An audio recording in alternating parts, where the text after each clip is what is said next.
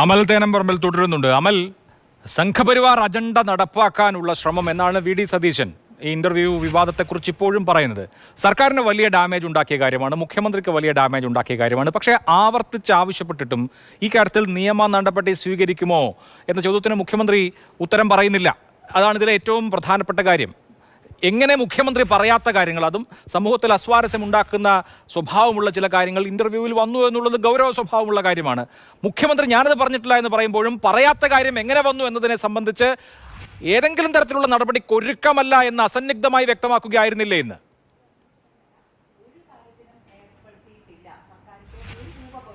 അഭിലാഷ്, കേരളത്തിലെ ഏതെങ്കിലും മാധ്യമപ്രവർത്തകനോ മാധ്യമമോ ഇത്തരമൊരു പിശക് സംഭവിച്ചു എന്നുള്ളൊരു തിരുത്തൽ നടത്തിയതുകൊണ്ട് മാത്രം ഈ വിഷയത്തെ മുഖ്യമന്ത്രി ഗൗരവത്തിലെടുക്കാതെ വിടില്ലായിരുന്നു. അതിൽ കൃത്യമായ നടപടി ഉണ്ടായിരുന്നു. അല്ലെങ്കിൽ ഏതെങ്കിലും ഒരു പൊതുപ്രവർത്തകർ ഇത്തരത്തിലൊരു പരാമർശം നടത്തിയിരുന്നുവെങ്കിൽ കൃത്യമായ നടപടി ഉണ്ടായിരുന്നു. മാത്രമല്ല, കലാപാഹ്വാനത്തിനടക്കം കേസെടുത്ത് മുന്നോട്ട് പോയത് പല വട്ടങ്ങളിൽ നമ്മൾ കണ്ടിട്ടുള്ളതാണ്. സ്വാഭാവികമായും ഈ ഹിന്ദു ദിനപത്രത്തിൽ പ്രസിദ്ധീകരിച്ച് വന്ന മുഖ്യമന്ത്രി പറയാത്തതായി വന്ന ഭാഗങ്ങളുണ്ട്. ആ ഭാഗത്ത് എന്ന് പറയുന്നത് അഭിലാഷ് നേരത്തെ സൂചിപ്പിച്ചതുപോലെ സാമുദായിക അന്തരീക്ഷത്തെ തകിടം മറിക്കുന്ന തരത്തിലുള്ള ഒരു കലാപാഹ്വാനം എന്നൊക്കെ പറയാൻ തരത്തിലുള്ള ഒരു വിഷയമാണ്. അത്ര പ്രാധാന്യം ആ വിഷയത്തിനുണ്ട്, ഗൗരവം ആ വിഷയത്തിനുണ്ട്. പക്ഷേ ആ വിഷയത്തിൽ നിയമ നടപടി ഉണ്ടോ CMA എന്ന് ആവർത്തിച്ച് മാധ്യമപ്രവർത്തകർ ചോദിക്കുമ്പോഴും ആ വിഷയത്തിൽ എനിക്ക് പറയാനുള്ളത് പറഞ്ഞു കഴിഞ്ഞല്ലോ എന്ന് പറഞ്ഞ് ഒഴിയുക മാത്രമാണ് മുഖ്യമന്ത്രി ചെയ്യുന്നത്. അതിനപ്പുറത്തേക്കുള്ള ഒരു നിലപാട് മുഖ്യമന്ത്രി പറയുന്നില്ല. യൂത്ത് കോൺഗ്രസിന്റെ സംസ്ഥാന വൈസ് പ്രസിഡന്റ് അബിൻ വർക്കി ഇന്നലെ DGPക്ക് വിഷയത്തിൽ പരാതി നൽകിയിട്ടുണ്ട്.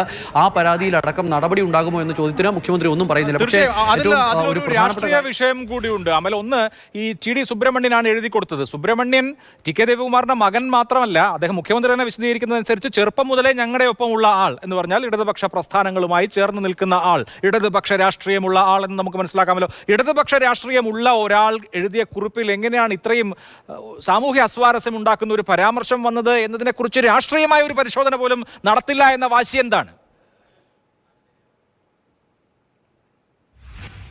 ആ ചോദ്യത്തോട് മുഖ്യമന്ത്രി കൃത്യമായി തന്നെ ഒഴിഞ്ഞു മാറുന്നുണ്ട്. ഞാൻ എന്താണ് എന്ന് നിങ്ങൾക്കറിയാമല്ലോ, ഇങ്ങനെ ഞാൻ പറയുമെന്ന് കരുതുന്നുണ്ട് തുടങ്ങിയ സ്ഥിരം മറുപടികൾക്ക് അപ്പുറത്തേക്ക് മുഖ്യമന്ത്രി ഈ വിഷയത്തിലൊന്നും പറയുന്നില്ല. എന്തായാലും ഗൗരവമായ വിഷയമാണ്. പക്ഷേ ആ വിഷയത്തെ മുഖ്യമന്ത്രി വളരെ ലാഘവത്തോടു കൂടി കണ്ട് അങ്ങ് ഒഴിഞ്ഞു മാറുന്നു എന്നുള്ളത് തന്നെയാണ് പറയാൻ കഴിയുന്നത്. ഇന്നത്തെ വാർത്താ സമ്മേളനത്തിൽ കണ്ട മറ്റൊരു പ്രത്യേകത എന്ന് പറയുന്നത്, സാധാരണ വാർത്താ സമ്മേളനങ്ങൾക്ക് മുഖ്യമന്ത്രി എത്തുമ്പോൾ ഒരു കെട്ട് പേപ്പറുകളുമായി എത്തും. ഇന്നും പേപ്പറുകൾ ഉണ്ടായിരുന്നു. പക്ഷേ ഈ പ്രതിപക്ഷത്തിൻ്റെയൊക്കെ തുടർച്ചയായിട്ടുള്ള വിമർശനങ്ങളുണ്ട്. മറ്റാരോ എഴുതി കൊടുക്കുന്നത് മുഖ്യമന്ത്രി വായിക്കുകയാണ്, PR ഏജൻസി എഴുതി കൊടുക്കുന്നത് വായിക്കുകയാണ് എന്നൊക്കെ പറഞ്ഞ് ഇങ്ങനെ മുഖ്യമന്ത്രിയെ പരിഹസിക്കാറുണ്ടായിരുന്നു. ഇന്നെന്തായാലും മുഖ്യമന്ത്രി അങ്ങനെ ഈ എഴുതി തയ്യാറാക്കിയ പേപ്പറുകളുടെ വായന അധികം ഉണ്ടായിരുന്നില്ല. ഈ ഒരു ആരോപണത്തിൽ നിന്ന് ഒഴിഞ്ഞു മാറാനുള്ള ഒരു നീക്കത്തിന്റെ ഭാഗമായിട്ട് വേണോ അതിനെ കാണാൻ?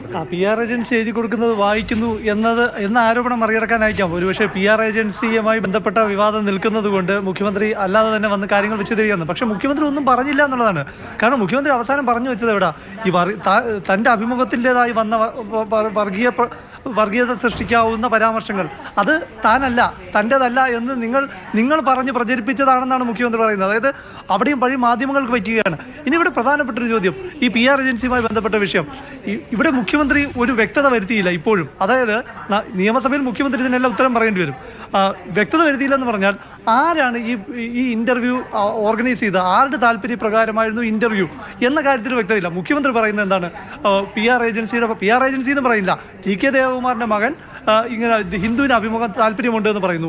ഹിന്ദു PR ഏജൻസിയുമായി ബന്ധപ്പെട്ട് ആണ് ഇതിനെ വിശദീകരിക്കുന്നത്. അപ്പോൾ ആരുടെ താല്പര്യമായിരുന്നു ഇന്റർവ്യൂ എന്ന കാര്യത്തിൽ ഒരു പ്രശ്നം നിൽക്കുന്നു. അപ്പോഴും മുഖ്യമന്ത്രി വരികൾക്കിടയിലൂടെ അറിയാതെ സമ്മതിച്ചു പോയതായിരിക്കാം ഈ പരാമർശം. അതായത് താൻ പറയാത്തത് എന്ന് പറയുന്ന പരാമർശം അത് ചേർത്തതിൻ്റെ പേരിൽ അത് ഹിന്ദുവും ഈ ഇടനിലയായി നിന്ന ആളും തമ്മിലായിരിക്കാം എന്നത് അത് അന്വേഷിക്കേണ്ട കാര്യമെന്ന് പറയുമ്പോഴും അത് അന്വേഷണത്തിന് ഒരു ഇനിഷ്യേറ്റീവ് മുഖ്യമന്ത്രിയുടെ ഭാഗത്തുണ്ടാകുന്നില്ല. നിയമ നടപടി അത് മുഖ്യമന്ത്രിക്ക് കൃത്യമായി സർക്കാരിന് വലിയ ഡാമേജ് ഉണ്ടാക്കിയതാണ്. പ്രത്യേകിച്ചും മുഖ്യമന്ത്രിക്ക് വലിയ ഡാമേജ് ഉണ്ടാക്കിയതാണ്. മുഖ്യമന്ത്രി PR ഏജൻസി എഴുതി കൊടുക്കുന്നതാണ് വായിക്കുന്നതെന്ന് പറയുന്ന അത്രയും വലിയ ഡാമേജ് ഉണ്ടാക്കിയ ആ ഡാമേജ് കൺട്രോൾ ചെയ്യുന്നതിന് വേണ്ടി, പരിഹരിക്കുന്നതിന് വേണ്ടിയുള്ള ഒരു നിയമ നടപടി എന്ന ഒരു സ്റ്റെപ്പിലേക്ക് കടക്കുന്നില്ല. അപ്പോൾ ഇവിടെ ഹിന്ദുവിനെ പ്രൊട്ടക്ട് ചെയ്യുന്നു, PR ഏജൻസി ഇല്ല എന്നതിനെ പ്രൊട്ടക്ട് ചെയ്യുന്നു എന്ന് മാത്രമല്ല, കഴിഞ്ഞ വാർത്താ സമ്മേളനം 1 മണിക്കൂർ മണിക്കൂർ 40 മിനിറ്റാണ് നീണ്ടു നിന്നത്. ആ 1 മണിക്കൂർ 40 മിനിറ്റിൽ 55 മിനിറ്റ് മുഖ്യമന്ത്രി ചെലവഴിച്ചത് മാധ്യമങ്ങൾക്ക് ക്ലാസ് എടുക്കുകയായിരുന്നു. മാത്രമല്ല വലിയ തോതിലുള്ള വിമർശനം മാധ്യമങ്ങൾക്കെതിരെ ഉണ്ടാവുകയും ചെയ്തു. മുഴുവൻ മാധ്യമങ്ങൾ അത് പ്രസിദ്ധീകരിക്കുകയും ചെയ്തു. ഇതെന്താണെന്ന് വെച്ചാൽ ഇപ്പോൾ പക്ഷേ ഹിന്ദുവിൻ്റെ കാര്യത്തിൽ മുഖ്യമന്ത്രി ആ ഒരു നിലപാട് സ്വീകരിക്കുന്നില്ല എന്ന് മാത്രമല്ല ഹിന്ദുവിനെ വിശ്വാസത്തിലെടുക്കുന്നു. പക്ഷേ ഹിന്ദുവിൻ്റെ തന്നെ വിശദീകരണത്തിലെ ഒരു കാര്യം, മുഖ്യമന്ത്രിയുടെ അഭിമുഖത്തിന് ഒരു PR ഏജൻസി ഹിന്ദുവിനെ സമീപിച്ചു, റെഡിയാക്കി തരാം, മുഖ്യമന്ത്രിയുമായിട്ടൊരു അഭിമുഖം റെഡിയാക്കി തരാമെന്നാണ് അവരുടെ വിശദീകരണക്കുറിപ്പിൽ പറയുന്നത്. അത് മുഖ്യമന്ത്രരിയോട് ആവർത്തിച്ച് ചോദിച്ചിട്ടും ആ വിഷയത്തിൽ മാത്രം മറുപടിയില്ല. അതിപ്പോഴും ഒരു പുകയായി ഇങ്ങനെ നിൽക്കുകയാണ്.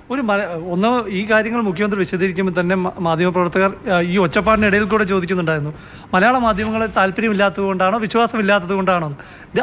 ഇവിടെ ഒന്നും മുഖ്യമന്ത്രി അഭിമുഖം കൊടുക്കാതെ ഡൽഹിയിൽ പോയി അവിടെ ഒരു മുഖ്യമന്ത്രിക്ക് താല്പര്യമുള്ള മാധ്യമത്തിന് അഭിമുഖം കൊടുത്ത് അതിലാണ് ഒരു ഡാമേജ് ഉണ്ടായിരിക്കുന്നത്.